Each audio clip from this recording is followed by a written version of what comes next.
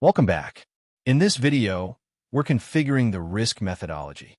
A vital heads up before we begin. Unlike compliance settings, changes here are saved immediately. Every edit you make goes live the moment you finish it. For permissions, a GRC configuration manager can handle the methodology, but you'll need a Jira org admin to modify risk parameters like risk likelihood, impact, appetite, and level names, as these sync directly with Jira's global custom field options. First, let's configure your risk parameters. This is a multi-tab section where you can fine-tune your likelihood, impact, appetite, and risk level options. You have full control here.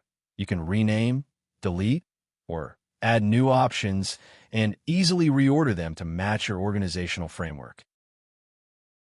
In the Risk Levels tab, you can map levels like low or medium to minimum ALE, Annualized Loss Expectancy, values. You'll also assign a risk appetite to each level. This determines later on if a user is even allowed to accept a risk based on its residual score. Next, we decide how your risk rating is derived. If you choose the calculated matrix, the system uses a standard formula to automatically plot and categorize your risks based on scoring ranges.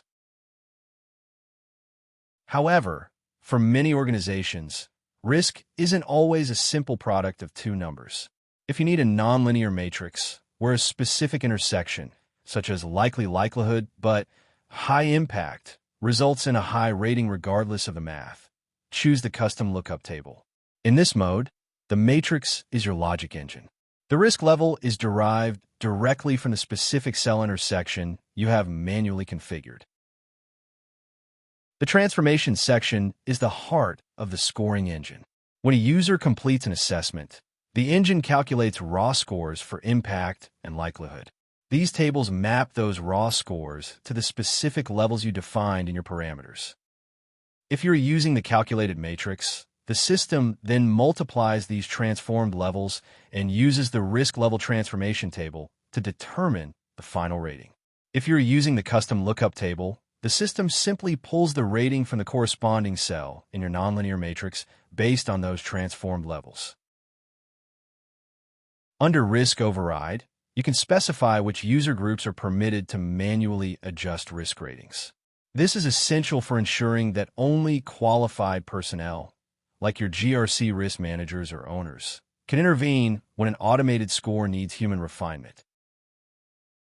In the Risk Response section, you can enforce your organization's risk acceptance policy. By configuring the Allow Accepting Risk when setting, you decide if the accept option is available always, only within risk appetite or tolerance, or never. This ensures that high-level risks cannot be accepted by users unless they fall within your predefined safety boundaries. To measure mitigation, we configure the Control Effectiveness Assessment. You have two primary approaches depending on your methodology. The resolution-based approach is designed specifically for quantitative risk assessments. Here, effectiveness is derived directly from the control's assessment history. If an assessment passes, the control is considered fully effective. When multiple controls protect a single risk, the risk owner can assign a weight to each, reflecting its significance in a weighted average. For a deeper dive into the math behind this, check the documentation link in the video comments. For qualitative assessments, we use the lookup table approach. This begins with defining your options for control significance, effectiveness, and control factors. Pay close attention to the control factor score column.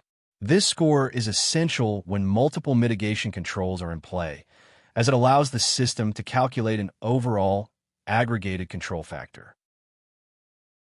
From there, you'll configure your matrices. In the control factor heat map, you define the specific factor level for every combination of significance and effectiveness. Finally, the residual risk heat map takes that aggregated factor and plots it against your inherent risk to reveal the final residual risk rating. As always, if you need to start fresh, use the Reset to Default button located under each matrix. Next, we have risk creation automation.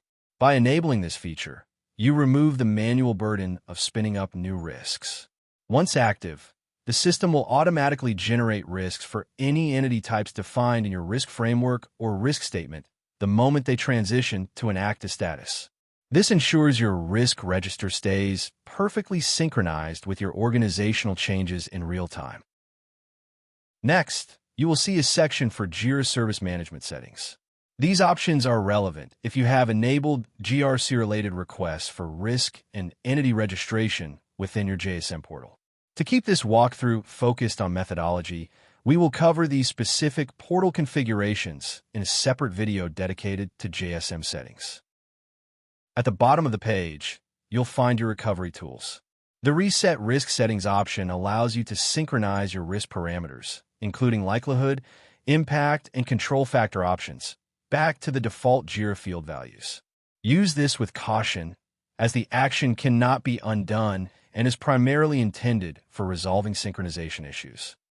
Finally, the Learning Center allows you to reset the global learning context. This is a helpful troubleshooting step if your guided learning paths or prerequisites ever become stuck. With these settings configured, your risk methodology is now fully operational.